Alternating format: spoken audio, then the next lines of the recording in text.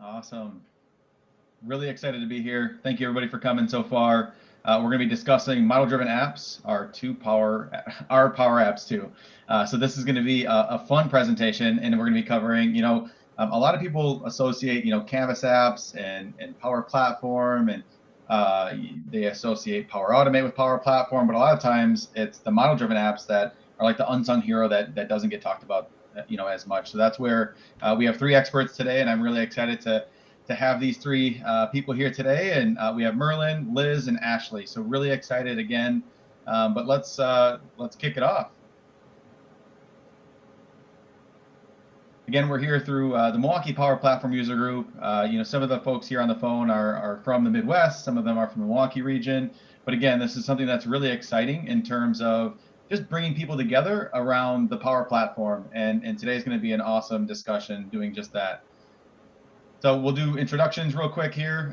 We'll talk about some things that we've been kind of keeping up on. We'll jump right into the presentation after this, and then we'll make sure that we leave some time for questions and wrap up at the end. So kind of the same cadence that we've been doing, but really excited again to have now three presenters instead of the typical one, and we're doing things a little bit differently today. So one thing I would say to the group here is, as we kind of get started, we have Merlin, Liz, and Ashley. So I guess what's keeping you guys busy today? Is there anything that's jumping out? It's a Monday. We do these things on Mondays, so it's fun, but keeps us busy. So what on your guys' side, what's keeping you guys busy? What do you guys do for fun, or what projects are you on? I'm doing all sorts of stuff today. A little bit of sales work, a little bit of model-driven app building, some integration just to keep things lively. I like it. So is that on the custom side? Yeah. Cool. What about my stuff Liz today? Or Ashley? Yeah, I was gonna say, so far today, people management has been my morning. Haven't even been able to open Dynamics yet today, or Power Apps or anything. So people keep things interesting. Yep, I like it. Yeah, I have my sprint reviews on Monday afternoon, so prepping for a demo and working on dashboards. Cool. So it's like it's all across the board. Same with me on Ashley, where I haven't had even the time to crack open the Power Platform this morning. It's been meetings after meetings, and it's getting everything set up for the week. That's typically how my Mondays go. Even I set up a little bit on Friday, like, my Monday I'm going to kick off, and we're going to dive right into the details. Never actually happens. Awesome. So we'll move on here to the next screen. If you guys get a chance, just make sure you're following the Milwaukee Power Platform User Group on LinkedIn. A little bit about myself. So back, I think it was last year that we had started the user group. So we've had a ton of speakers since then. This is going to be our first one on model-driven apps, and specifically in this space with some experts. So it's really exciting to have you guys here. I'm on the SharePoint user group as well. We had a meeting just last week about Microsoft lists. So that was a really fun one. So in 2 weeks from today, we're going to be talking about Power BI and Microsoft Lists and that new integration that they've put out. So right out of the box, you get to start playing with the integrations with Power BI and Microsoft Lists, and that's been something that on the productivity side, they're making it really easy to enter into these new spaces. And that's what is really exciting about the productivity tools, but also in the Power Platform, how we're having a ton more of integrations. And we'll talk a little bit about that today. I'm a technical architect at Concurrency out of the Milwaukee area. That's in Wisconsin. So happy to say hello from the Packer land that just kicked off recently. So really exciting stuff. It was a good game last night. What was that? It was a good game last night. I didn't even get maybe we can recap on it, because I didn't catch it, but I know that there was a nail biter. It was, yeah. Yeah. Are you guys? I know, Ashley, you're like huge into the Badgers, right? Are you big into Packers as well? No, I'm not a Packers fan, but I'm a Badger and Brewer and Bucks fan. I wore my shirt for you today. This is one of the ones that, I don't know, has fallen. I had to look for it, but I am a big Badgers fan as well. Yeah, I'm repping the NL Central Champs shirt today that I got yesterday after the win. So Awesome. I like it. Beyond that, just traveling. So right now we're doing the virtual travel, and it's great to have folks from Minnesota, from the Milwaukee area, and bringing everybody together. Typically we have people from all over the world that are watching this, and I get to connect with those people through the comments. So it's really exciting now to travel virtually. Follow me on LinkedIn, Twitter. I usually have some fun on there. I was posting some things about Teams today, but I post about Canvas apps, Power Automate, all the good stuff. So follow me there, and then also have a website. So anthonyescobedo.com. And we'll move on to the next one, where we're going to have Ashley give a little bit about herself. Awesome. Thanks, Anthony. My name is Ashley Steiner. I'm a manager of business applications at Flex Technology Group. So that includes Power Platform, Dynamics, in addition to several other applications that we use internally to help with the productivity of our employees. So, and I have 6 people under me, so really enjoy working with them and leading with them and, making sure that, they're working to their full potential as well. I work with Merlin and Liz on the Dynamics Hot Dish podcast. So that's definitely a passion project for all of us that we have enjoyed doing. And I've been working with Dynamics for a little over 10 years and starting to branch out and expand into the Power Platform as well. I'm probably not as fun on Twitter, but if you enjoy sports stuff and the Power Platform Dynamics world, you feel free to follow me. I share lots of content on both. I've gotten to know you through Twitter a little bit, even though we don't chat all the time. This is something that, again, I knew you like Badgers because of that. So definitely follow Ashley for some of your highlights as well. Awesome, thanks. Oh gosh, I'm next. Well, hi, my name's Merlin Schweiger. I'm a partner covering Power Platform and Dynamics, at least the CRM modules of Dynamics for Boyer and Associates. I've been in the Microsoft Dynamics CRM space for, I think, 16 or 17 years at this point. So all of my historical experience goes back in the Dynamics space, but when the Power Platform came out, I feel like it was a real game changer. I'm pretty excited about that. Also, obviously, part of the Dynamics Hot Dish podcast. I've been involved over the last couple of years in the user group for the Twin Cities, for the Dynamics user group. And I noticed, Anthony, you must have found the CRM for weddings thing somewhere and added it to the slide. So I did actually design a solution to track my own wedding in CRM, and it was very successful. My wife was not a believer in the data entry until I did the mail merge for the invitations. And she was like, oh, actually, this is kind of nice.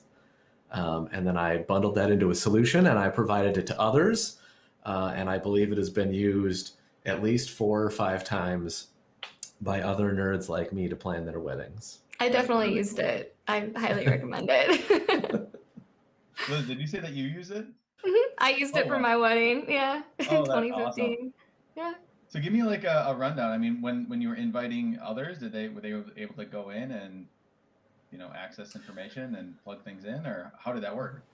So what I ended up using was I used an add-in from a former employer of mine for a web form, and that was my RSVP form. So on a little, like free, the Not Wedding website or whatever, I put the web form out there to RSVP, and that fed straight back into my CRM system, so I could keep track of my RSVPs.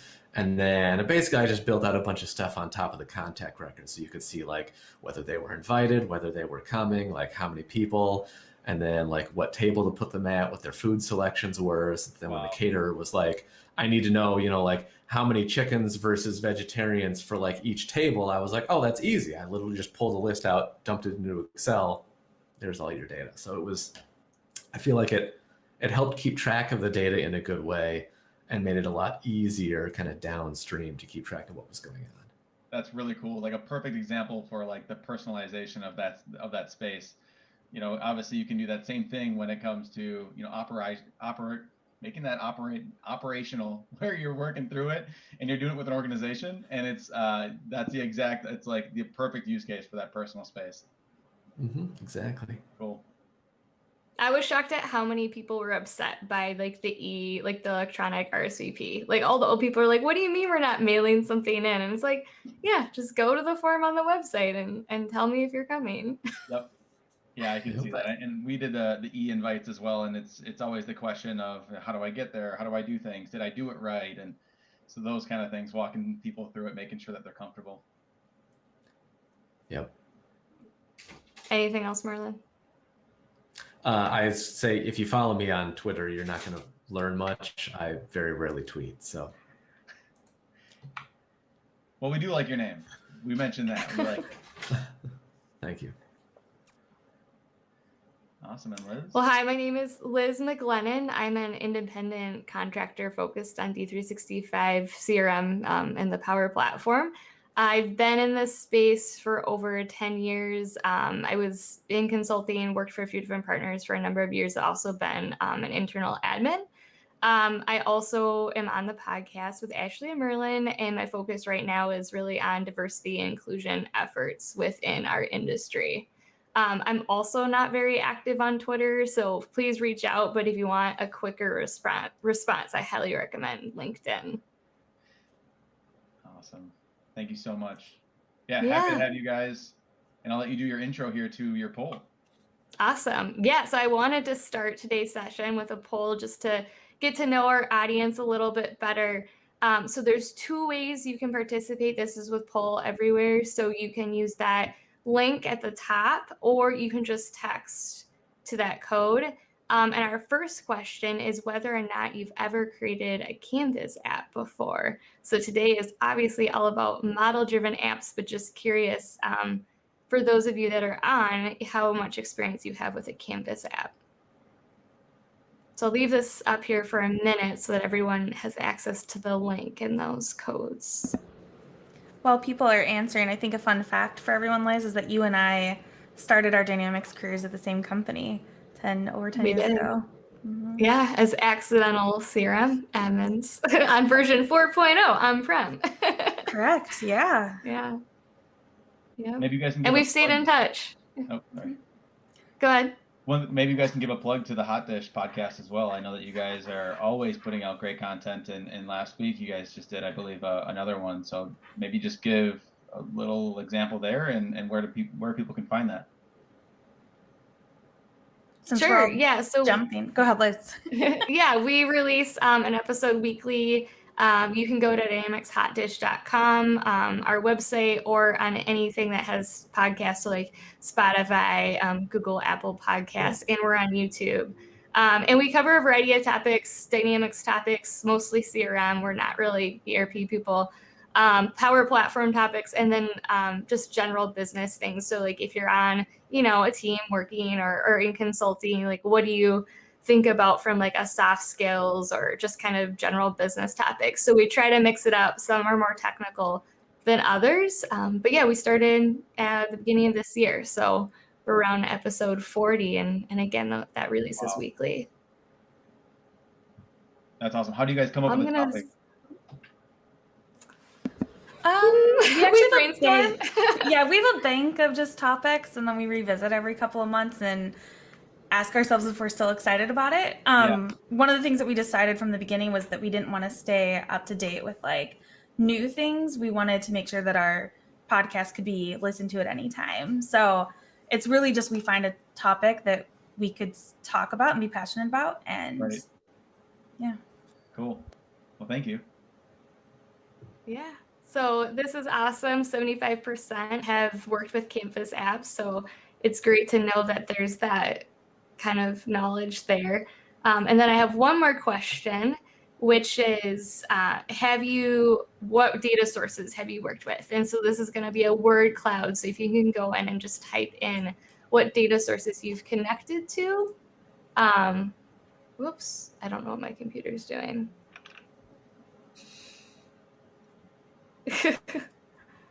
There we go. What data sources you've connected to for your Canvas app. Awesome. So you guys work with, you guys are in the Dynamics space. So SQL, okay. I was gonna say you guys are in the Dynamics space, and you guys are always working with, Dataverse. What data sources do you guys typically connect with when I guess a question I would ask you guys?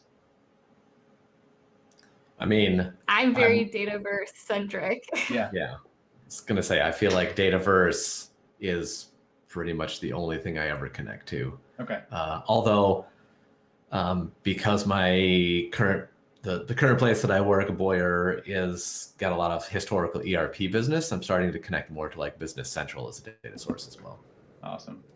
Yeah, so I've always connected to the internal ERP as well, to get that customer information for that whole look for the sales team and service team. Really developing like the full picture of that account or that individual.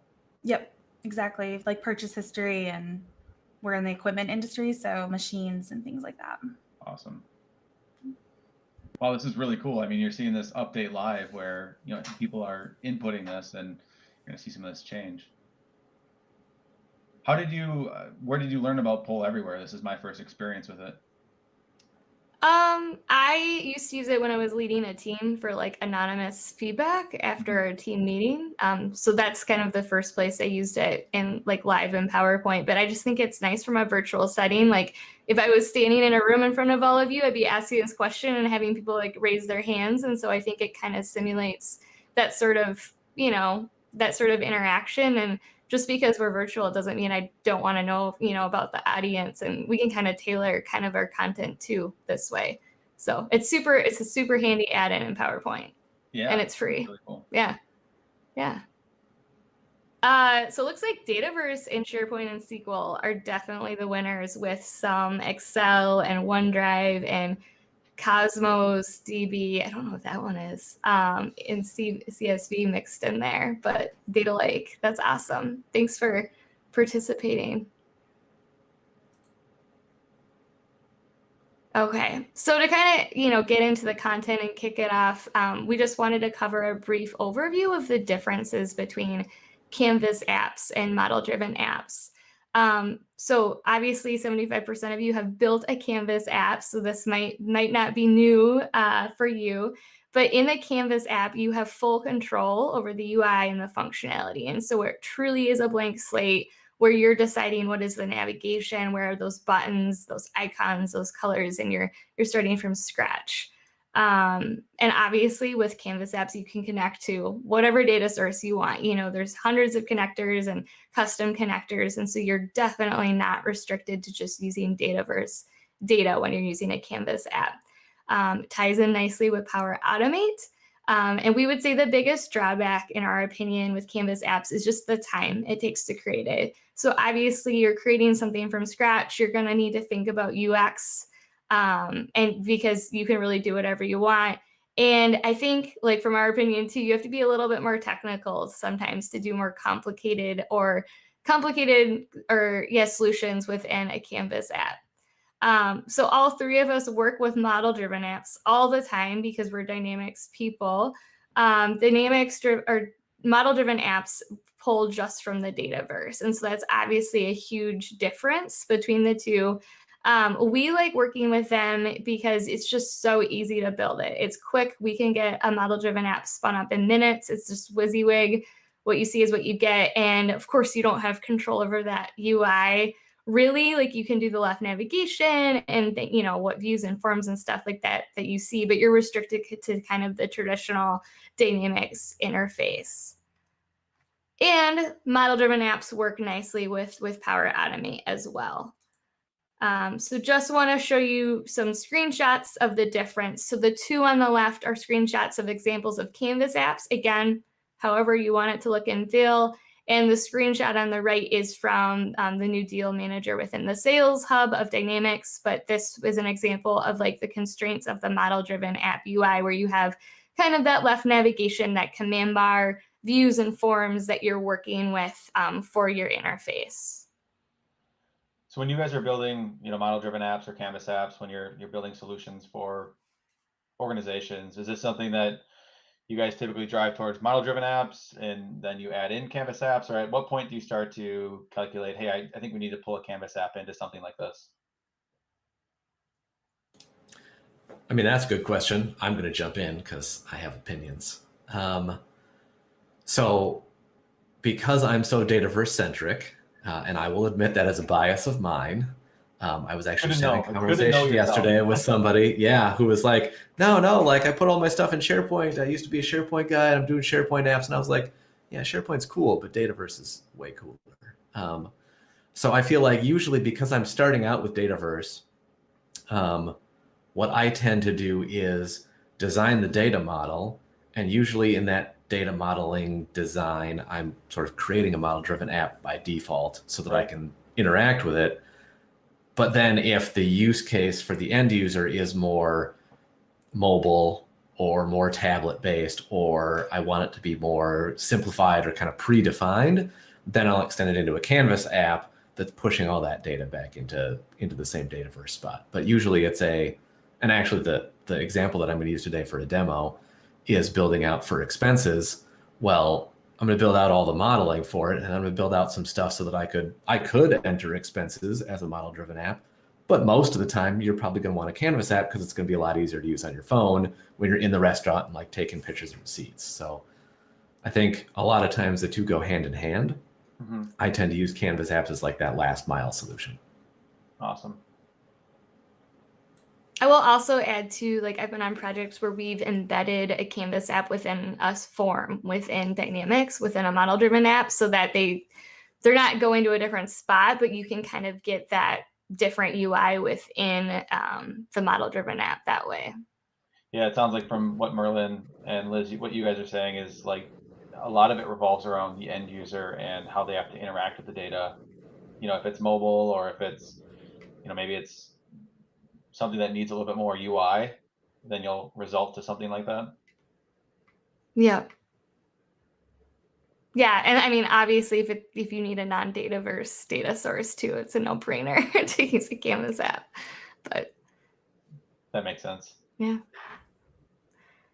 So yeah, I wanted to talk about data sources a little bit. So we had a lot of different data sources come up on that poll. So for those of you that aren't as familiar with the Dataverse, it is a relational database. It's great for more complex data structure needs. So if you're like a SharePoint list person, I think all three of us would agree that Dataverse provides a lot more there from like a relationship and just able to accommodate like complex requirements. It's also super scalable and secure. And so if you're looking for an enterprise solution that, you know, is mission critical, or, you know, you need a lot of users, the whole organization is on it, Dataverse is another great reason or great thing to use for those scenarios. Obviously, we're admitting that we're Dataverse fans, and that's kind of our bias. Something I think we all need to keep in mind is just not to default to what you're used to. And so if you're used to SharePoint or something else, if you're used to Canvas apps, like, don't be afraid to try a ModelDriven app. Don't be afraid to dig into the Dataverse. It might be a better solution. Just because you don't know it as well doesn't mean that it might not be like give you benefits that you're unaware of. So just don't default to what you're used to. Same thing goes for us, and actually evaluate all the tools in the toolbox before making your choice and factoring everything else in, like how long will it take to build this, licensing costs, like what do we have available to the organization, which also leads me to the new Power App Plan licensing that I just want to touch on, because I think it's super exciting that Microsoft, as of October 1st, is lowering the per app price from $10 to $5 per user per month, and the unlimited apps plan from $40 to $20 per user per month. So even more reason to use Power Apps. Yeah, that's a really exciting jump. The barrier to entry here is now going to be most organizations can afford something like this, as you know, before the $40 per month. And you guys see a different side of that from a Dynamics perspective. It's so much more expensive when you're going on the CRM side or the ERP side. But now that it's, you know, you can kind of open the door to a certain amount of customers, you know, with the unlimited apps at $20 per user per month. Right. I mean, and I think we would default to Dynamics a lot, but like we need to think about, like, is a Dynamics first party app even what is needed, or is building a model-driven app or a Canvas app going to fit the needs better and be so much cheaper, especially if it's just one app for a user? You know, you could have the $5 license and then just have the system admins or the people that need it have that unlimited. So it totally changes the cost for most organizations, especially if you don't need the full license and access to those first party Dynamics apps. I feel like I'm seeing a lot of strategy changes on my side when it comes to talking to the customers about, you know, what is it, how does this low code, no code platform play a role in your strategy going forward for the next 2 to 5 years? And a lot of them are now looking at this as a viable option. As before it was, $40 per person. They just said no way. And now we're seeing that I'm really seeing a huge shift here, where now they're planning for this update that's coming. And with their EA agreements, there's other things that kind of play a role there when they're purchasing licenses. But the $20 a month is very appealing. Yeah, definitely. Well, I'll hand it over to Ashley, unless there's anything anyone else wants to add. Awesome. Thanks, Liz. I agree that the idea of moving into just a Power App rather than implementing the entire Dynamics 365, you said like the first party app there, it really comes down to what you need in the system. And as an end user, it's definitely an evaluation that we are going under, because our agreement with Microsoft ends in I think a year and a half. And so we're doing that evaluation right now. Like, could we survive on just a Power App and rebuild what we need? So I think that that's a good call out for everybody.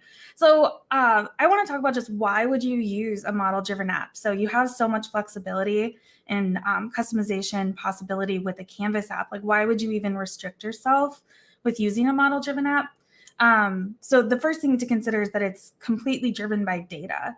So how your data is set up in the Dataverse, it's going to organize that data and make it available to the end user in a way that it makes sense. And it's already built. So I think that that's one of the things that people like, is they don't have to be creative and try to think of a way to lay things out. It's already got a pre-designed UI, as Liz mentioned. But there are things that you can customize, like you can customize the sitemap. You can have multiple model-driven apps depending on the sales team or just the team that you're on in general, service, sales, marketing. And then there's also a lot of speed and efficiency with the model-driven apps. I think that that's one thing in the past with Dynamics that has been holding it back, is the performance was not always great, especially going back to like when we all started the on-prem days. But like a model-driven app, you can really scale down what you're including in that app. So you only bring in the tables that your team is interested in seeing, your end users need to see. So it really helps with the speed, efficiency, but also with them being able to maneuver around the app and find what they're looking for. You're only displaying the information that they need. It's great that it's responsive. I know Merlin talked about, Canvas apps are good for mobile, but you can create a model-driven app for the mobile device as well, and it will be responsive and change. So I think that you do have some flexibility there if you're not ready to commit to a Canvas app. Because like for me, the next bullet point is really important, is it does not require any sort of code or knowledge of a development to be able to build a model-driven app. I am a functional administrator. I don't have any sort of experience with code. I have built one Canvas app alongside my consultant, and I will tell you, I hope I never have to do it again. I I say that, but I'm sure it'll happen. Right. Because I just was so confused, like I'm just not familiar with it. So it's definitely a learning curve. Something that it will take functional people like me. I know people say it's low code or a no code option, but I would disagree with that. I would say Canvas apps definitely have some coding, or it helps as you build it out to have that. So with the model-driven app, you can take a functional person and they can spin it up in just a few minutes and add in the items that they need. It's also ideal for complex business applications. The reason that I say that is because you can show people what they need. You can integrate it with other systems, pull over information and data. But it really takes those processes that you have internally and allow your salespeople or your service people to follow a specific process and how all these tables relate to each other. And then Liz, if you want to hit next, I also have some best practices for model-driven apps over here. So these are things that I think that we often talk about on our podcast, but just in general, some things that I would say bug us or kind of annoy us when we see it. But the first thing is always using icons. You can change. So people say that model-driven apps are, they're built for you, they're not custom, but you can change some of the look and feel as much as like the icons, the color. You can add your logo, branding, all of that. So I would definitely recommend updating and changing as much of that as possible. Otherwise, everything will just be left as a puzzle piece that never actually match up together. It's all the same puzzle piece. So that really bothers a lot of functional people. You can also designate a URL, specific URL. You don't have to use the one that is provided for you. So if you want to, give this, to salespeople, service people, you can shorten that URL and make it easier for them to remember. I mentioned this before, but it's really helpful to create an app for, make it team-based. So based on how that team is going to work and the data that they're going to need access to, you can create multiple model-driven apps for each of those areas. For example, internally at my company, we have a different app for 2 different sales teams. So we even have sales using 2 different apps. Then we also have one for service as well. So because they need access to different information, they might use different forms. Or in our case, we have multiple customer number fields that different companies use. So you can hide and show the relevant information to each of your teams based on which app they're using, but then you can also default their forms, their views. It's really helpful in that way. The last thing I'll mention here is the removing unnecessary clutter. I like to call this one out because having worked with Dynamics for over 10 years, you had everything in the navigation. And I just remember end users would come up and say, hey, what would happen if I clicked this button? Because they could see everything. There was no way to get rid of like the settings area for them or anything in the navigation. And so now you can really customize what they see. You can even change the name of it. So if you want it to say customers instead of accounts, you can change it to your terminology so that the salespeople really understand how to use it. But then you can also remove the things that they don't need to see and will get themselves in trouble. Wow, Actually, I want to add that one thing you can't control or change in the model-driven app designer is the command bar, like the buttons on the ribbon. But if you get extra in Toolbox or use the ribbon workbench editor, you can still easily hide or dynamically show those buttons. And so don't be discouraged. That's, I'd say, like something that won't be in the designer, but you still can tailor that to your users' needs just using, that ribbon workbench add-on. The other thing I wanted to add too, like if you haven't looked at model-driven apps in maybe a few years, is that Microsoft has invested a lot in making the mobile app experience and the responsive design better. And I know in the Wave 2 release notes too, they said they were out making changes to the mobile app again. And so it's pretty user-friendly on a small screen. And if you're going to be on a touch device instead of a PC. And so if you haven't looked at that recently, I'd look at that again. Mobile is not always a reason to go right to Canvas app. Like you kind of need to look at the process too that you're going to be working with on the mobile device. I'd also say the UCI tends, in my opinion, it was made for a touch device. It was meant for like an iPad or some sort of tablet or phone. So you might find that people might adopt it more quickly if you give them a way to access it via touchscreen.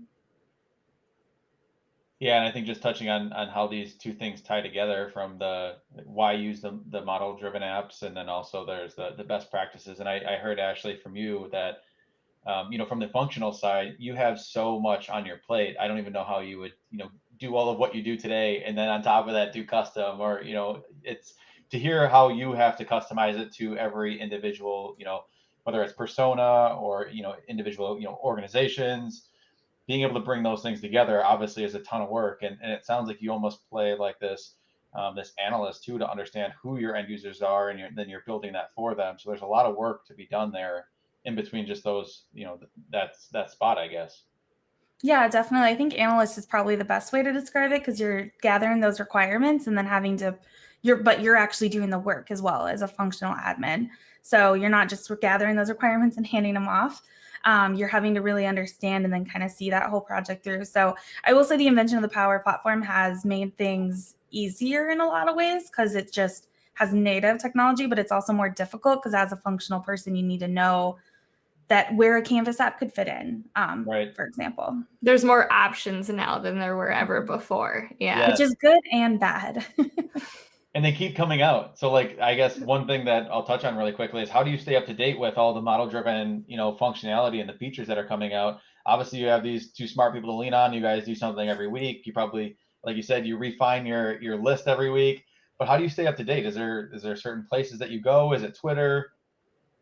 Yeah, I'd say Twitter is a big one. I follow a lot of people who tweet about Dynamics and the Power Platform. So I'd say Twitter is probably a big one. I spend, an hour a day probably just reading through posts and following blogs. Blogs is another one. People have great blogs. I listen to other podcasts. Obviously, we have our own, but there are a lot of awesome podcasts out there. And then also attending like user group meetings, local ones like this one. I run all 3 for the Dynamics in Wisconsin. So always trying to gain new topics and new speakers there as well. So it's kind of a combination. It's not easy, nor what I would say is it it's time consuming also, right? If I want to stay on top of it.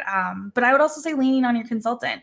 I have an awesome consultant that I work with that if I can just ask them and say, hey, I heard about this. And then they can go, if they don't know right off the bat, they can spend the time researching and figuring it out for me and then trying to help us apply it to our business. So I would also say partners are a huge benefit in our space.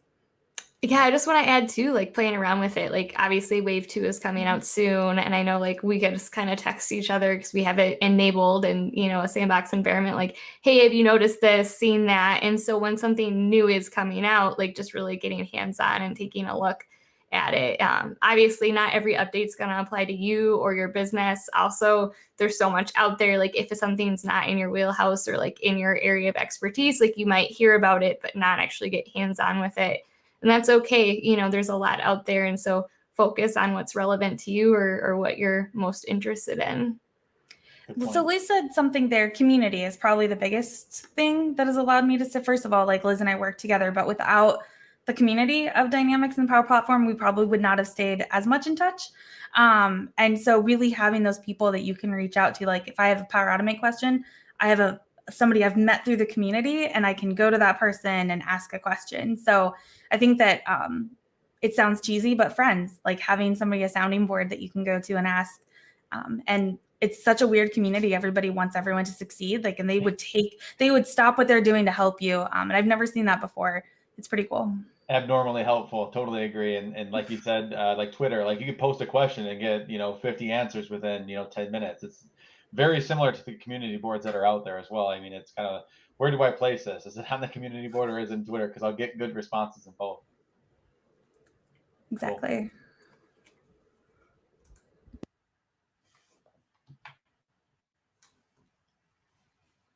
I think we're going over now to Merlin for a demo. All right.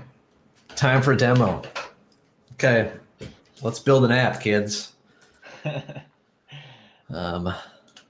I will wait until I see my screen showing up on the presentation. There we go. Okay, so here we are. I've already created a solution for myself because as best practice, I put all of my configuration into a solution. When I don't do that, then my solution architect yells at me, so I make sure to create a solution. So here's what we're going to do. We're going to create a quick app just for expense entry. And so the first thing I'm going to do, because this is a model-driven app, is I'm going to start from my data model. And so starting from my data model, I'm going to create a table. And I'm going to create a table to hold expenses. So our use case today is a place to keep expenses. So I will create an expense table in my Dataverse environment. I'll go ahead and turn on attachments because I might need those later. And then I will click on create. It will make sure that I'm okay with adding attachments. I am okay with that. When you add an attachment, where does it get stored? So it actually gets stored inside Dataverse. Mm-hmm. And that's actually a good question because one of the 3 Dataverse capacities is specifically for file storage. So it is a different capacity. It's sold at a different price. But that's the file storage capacity, not your normal database capacity. So it's at least a little bit cheaper. Mm-hmm. All right, so I've created my table. You'll notice as soon as I create the table, it's put a whole bunch of fields in here for me. Or, sorry, they're columns now. I shouldn't call them fields or attributes. So these are all my table columns that it gets automatically created, just allows it to function overall. But what I want to do is add a few more. So I'm going to say add a column. And I'm thinking about the data that I want to capture on my expense. I would like a description.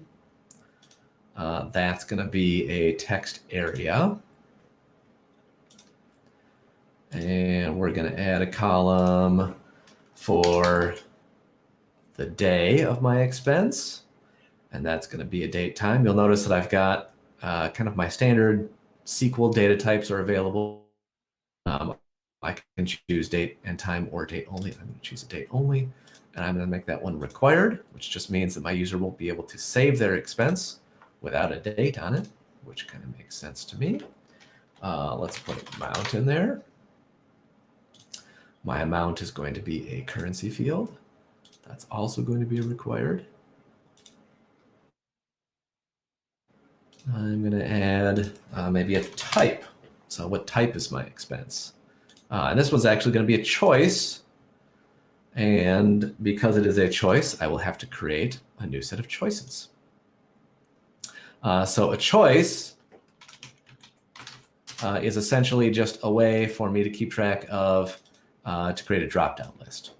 Is all that it is. So I will say one option is going to be mileage. We'll have one option for meal.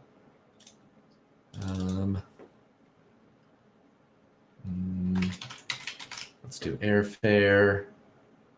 Is this how fast all your builds go? This is how fast they all go, at least as long as I know what I'm building.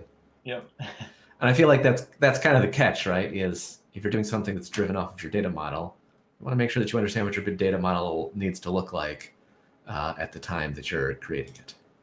So you do a lot of upfront work then to gather that information with the organization or with the client or department. Yeah, I do at least a fair amount of upfront work to make sure that I understand like what they need to capture in the process, so that I can think about, okay, well, if you need to capture that data or if you need to show that in a report, I need to make sure that we're capturing that somewhere. So I need to put that into a field and what type of data is it and how do I want to track it. So yes, there is, I think, a fair amount of kind of pre-work to do on that. That maybe I would do less of in Canvas. So it's difficult to change your field type or your column type once you save those, like commit those changes. And so knowing, not guessing at the type of column that it needs to be, but instead having a good idea based on that requirements gathering is always helpful too. When you run into something that you need to change a column, I guess, what are your options? There is something in XRM Toolbox that you can use to change it. Otherwise, you really just have to delete and recreate that column. What about the data that's being stored in the column and transforming that to you would need to move that, migrate that if that was in use and you didn't want to lose that data. So create new field, move the data to the new column, and then delete the old column. Awesome. Ashley, did you want to say something? Yeah, I mean, I guess we've just brought it up a couple times now, but the XRM Toolbox, if you find anything just on the model-driven app side that seems to be redundant, there's usually something inside of the XRM Toolbox that can make it go more quickly or just fix it. I'm sure you guys see that too on the Power Platform side. There's always a little switch in there. If you could give a small intro to the XRM Toolbox, some people may understand what that is, or some people may not. But I think it'd be awesome for you guys to give a 30-second. What is that, and how do you guys use it today? Yeah, so all from a functional person, there's a lot of things that I can't do. So the XRM Toolbox is is it a plugin? It's an add-on. It's something that you download. These awesome developers on the Dynamics across all platforms and the Power Platform have just added tools. So things to make, if you wish it could always be done in the settings, it makes things go more quickly. And so there's, hundreds of these just apps in there that you can add, and then you can connect your environments to it and it will do some sort of work for you. So I would say as an admin, one of the ones that I like is that you can change people's settings on a personal setting You obviously can't do that inside of Dynamics, but you can do that inside of XRM Toolbox. And that's a really basic one. Just as an admin, it's something that you've always wanted to be able to do. And Merlin pulled it up here. The XRM Toolbox is just a download, and then you connect it to your environment. Cool. It's Liz probably super wants to add easy. It's a zip file. You extract the zip, you open it up, like you connect to your environment. It's really easy to use. Try it out, connect to a sandbox environment. It will save you so much time. You saw Merlin creating all those columns right now. You can actually import columns using the XRM Toolbox. So if you have a bunch of fields or columns that you need to create, like you can just put them into a spreadsheet and import them. So just another example of how it can save you time, and it definitely lets you do things that aren't possible through the native interface of Dataverse. Wow. Yep. It is pretty handy. There's no actual install required. Like Liz said, it's just a zip file and you open it up and then there's something in there to run. And then you can go and browse like the, I don't know, hundreds and hundreds of tools that people have put in there. And you just, oh, I want this one. And you just click it and download it and then you run it to use it. And the eagle-eyed among you will notice that this is a Power Apps portal that they're running it on. Anyway, back to my app. So I chose a yes/no in SQL terms. That'd be your bit. It's another sort of choice, but you can see I can also change the options. So if I don't want to just say yes or no, I can change the options on those too. I can change the default value, whether I want it to default to one or the other. So I just wanted to point that out before I saved my field there. And so now I've created my fields. I'm just going to quickly save my table. Maybe I'll come up with more fields that I would like to add later, but these are the ones that I've thought of.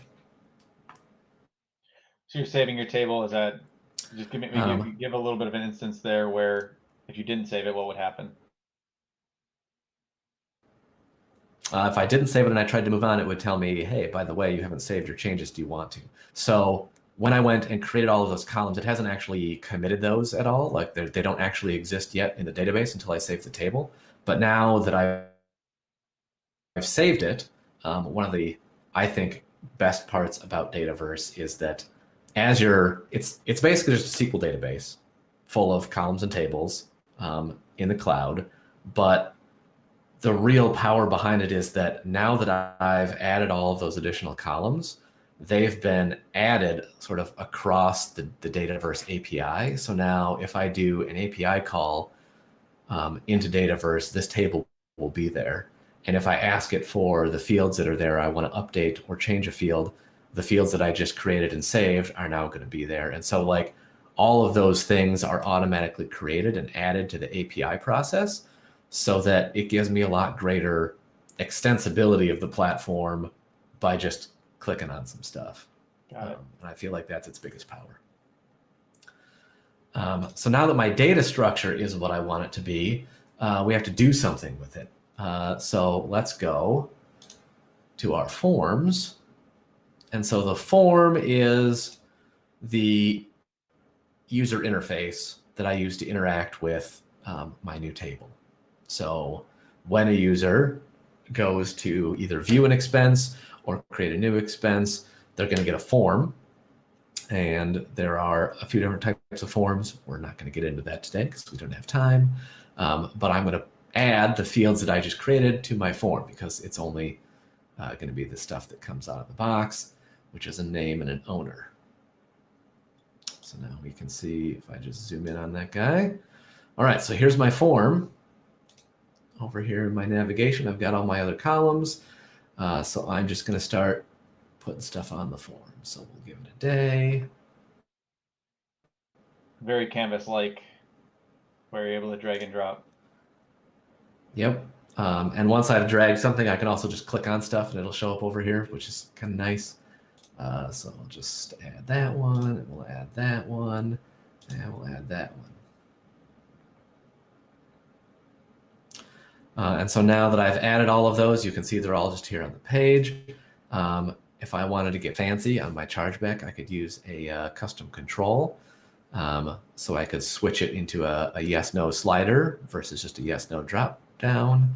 I'm not going to worry So even though you set the columns, moment. you still have some flexibility on how the users would interact with that data. Right, exactly. And I've also got some flexibility in terms of how this page is laid out. So this is a pretty basic form where I've just put a bunch of stuff on the page, but I have different tabs that I can add across the top. So if I were to put in another tab, you'll see it gives me a new tab up here. I don't actually need that tab, so I'm just going to delete it. But I can have tabs of different columns. I can put different sections on the tab. So right now I've got one tab with a single column section, but I can have sections with a bunch of different columns, so I can kind of change my layout there. As we mentioned earlier, these are still responsive. So even if I add a whole bunch of section columns across the page, if I'm looking at it on my phone, it'll just sort of reflow everything so that it's top to bottom instead of side to side, so that I don't have to scroll sideways. But you can see I've also got various other inputs. I can throw things on here like star ratings and that toggle. So that's like the yes, no is a good toggle switch there.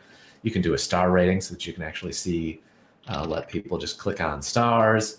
So there's a bunch of different stuff I can put in there.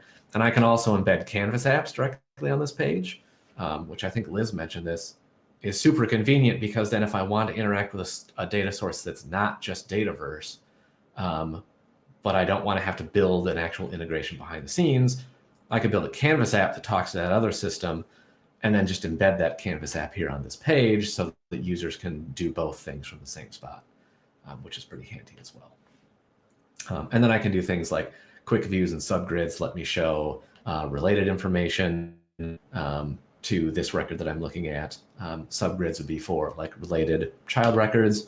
A quick view is good for like a related parent record. So if I want to show like account information on here, I can put that in. Or if I had like line items under my expense, I could have a subgrid for those. So I'm just going to save my form here. So I'm keeping an eye on the clock. I don't have forever. And then I'm going to go back and modify my views. So the views are how the user sees the list of records. So in this case, my list of expenses. And so I'm going to go and modify my views, change my active expense view, which again is just going to have the default fields on it. And so we'll add a couple extra columns in here. So I'd like to see maybe the day and the type and the amount. And maybe I don't really care about created on, so I'm going to remove that. So as you're working through this too, I mean, I know the differences, when it comes to classic versus modern, because it's very apparent. And I've worked in classic, I've worked in modern. But how do you guys feel being the experts, in this space? How much do you appreciate modern, and what do you miss in classic? You mean like the classic designer mode? Yeah. I mean, well, you can't do everything in modern yet. Yeah, that's true. So I only switch to classic if I have to, like if it's not available in the modern, in the maker portal. But it is so much better. Like the view editor that like Merlin was just on, like this is so much easier to work with than the classic one. Like and same with forms. Like I love that you can copy and paste sections and fields around now in the form designer. And it's overall much easier, more intuitive to use. Yeah. It's a lot easier in this. I will say that I have a soft spot for the classic designer just because I've spent the classic coder. so many years of my life in that interface.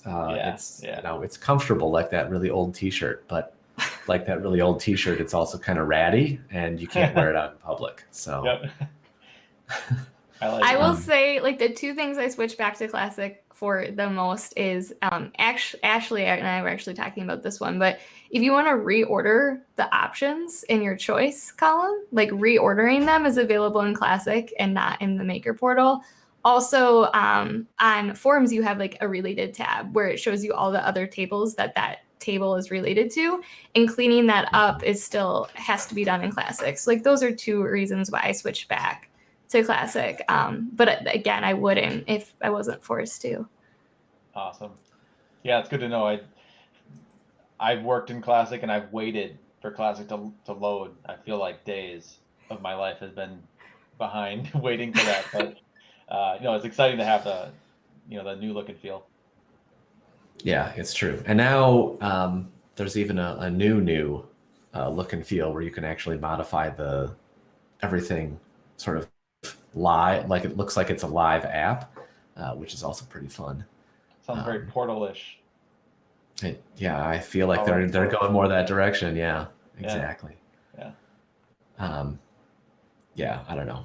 I still like classic, but there's a lot of stuff in the new experience. It's a lot easier. Yep.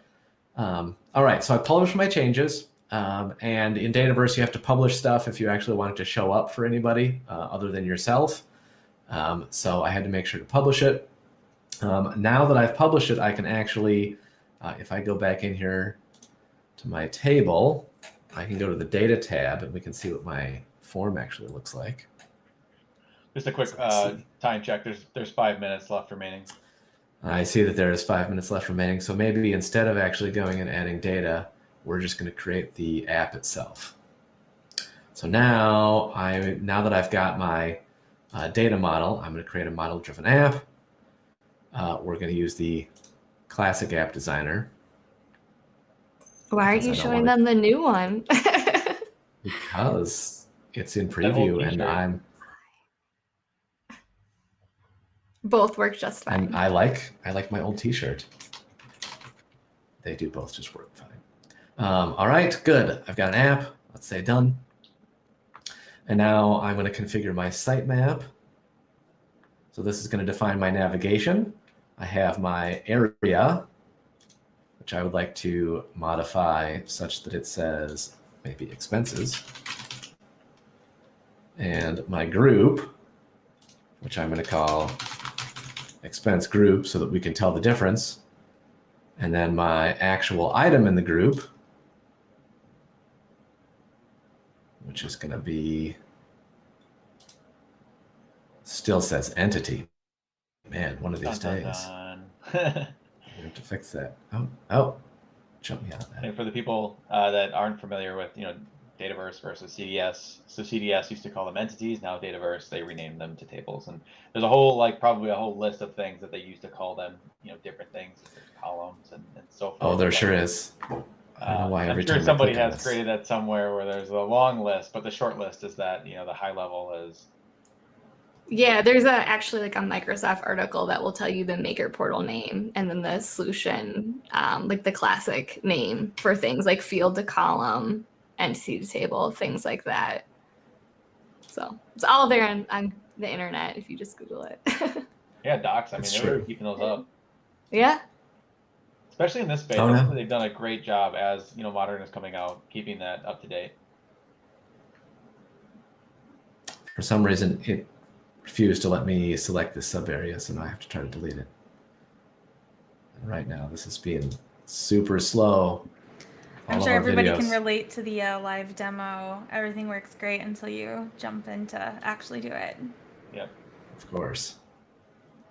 All right, good. One question that came through, there was a question on LinkedIn that said, why not work on the table in Excel and uploading it into Dataverse? So I think that was the same thing that Liz or Ashley, one of you guys had pointed out, that you can modify things, create it in Excel and then import it. But for this demo purpose, was there a reason maybe that we created it through the UI?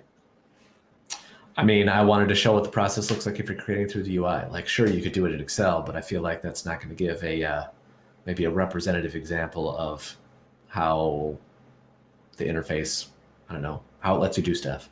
Yeah, it's kind of like a shortcut. Right. So I feel like if I'm trying to demo something to somebody, I don't want to demo the shortcut. I want to demo the long way around and then point out that, yes, there are shortcuts that you can take.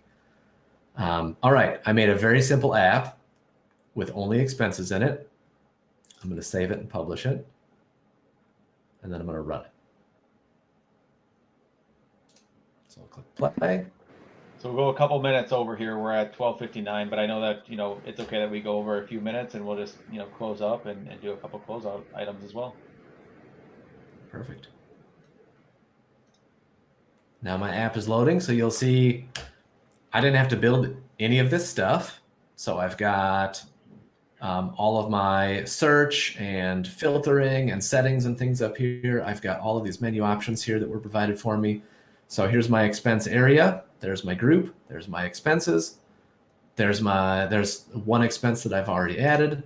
And if I go to click on new, I'll get a form that I can create an expense on. This is actually, I think I chose the wrong table that was already created called expenses for projects. We won't worry about that. But you can see that's what the form looks like to create things. Very big button, Not easy. the one that I built. Very big button, very big, very easy. Discard my changes. This is my view, and there's my app. And I built an app in, what was that, maybe 15 minutes? Yeah. Although simple, I mean, it's one of those things, like being able to walk through it from start to finish is exactly what we did here. And it's some of the, dedicating time just to do that alone is difficult. So thank you for giving us that demo and being able to really walk us through how you start these things out and where that ends up and how these different components play different bits and pieces inside of a model driven app. Myself, getting used to your guys' space, day by day, this is not something that people just jump into. It takes a long time for somebody to become, an expert like your guys' selves. Yeah, that's probably true. Questions? Oh, sorry, what was that? No, I was going to say that's probably true. And one thing that I would like to add is that because the Dataverse is sitting in the same spot as your Dynamics kind of CRM apps, if you're using Dynamics for CRM or customer service, you can get access to all of that same data and interrelate all of the stuff that you're building in your model-driven app with a lot of the Dynamics data as well. And unless it's sitting in a restricted Dynamics table, you can interact with that data with only the Power Apps license, which is a super big value add, I think. Mm-hmm. Mm-hmm. Definitely understand that. We had two questions that came in. The first question is going to be, hey, if multi-users use this app at the same time, how about the app performance? Have you guys ever noticed, a significant app performance maybe when you go live and everybody's kind of jumping on at the same time? No, I'd say that's one of the big benefits of the model-driven apps is that it has improved that efficiency and speed, no matter where you're accessing it from, how many people. I've definitely seen that improve since then. Yeah, I mean, I've seen implementations with thousands or tens of thousands of users accessing an app. Like it's scalable. Like that's not an issue.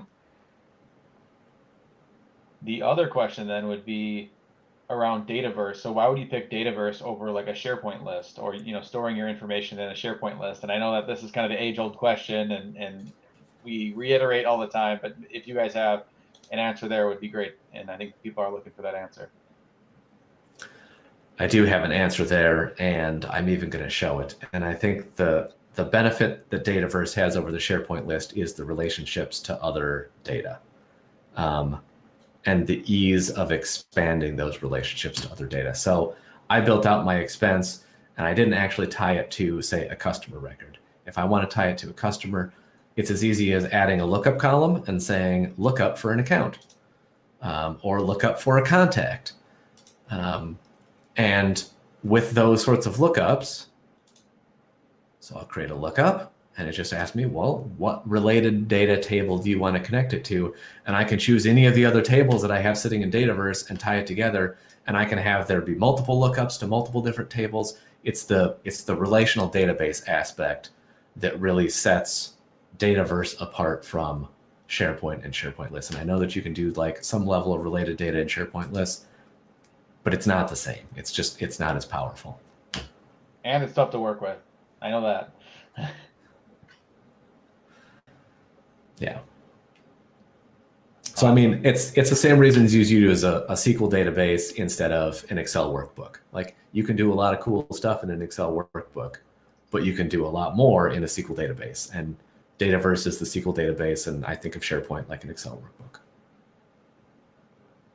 We can definitely appreciate it. And I know that there's so much more there to dive into. And I had so many more questions as I was watching you build things, as Ashley and Liz were answering questions. I mean, there's so much more to dive into, and I look forward to having you guys back on. Thank you, Liz, for sharing your screen today.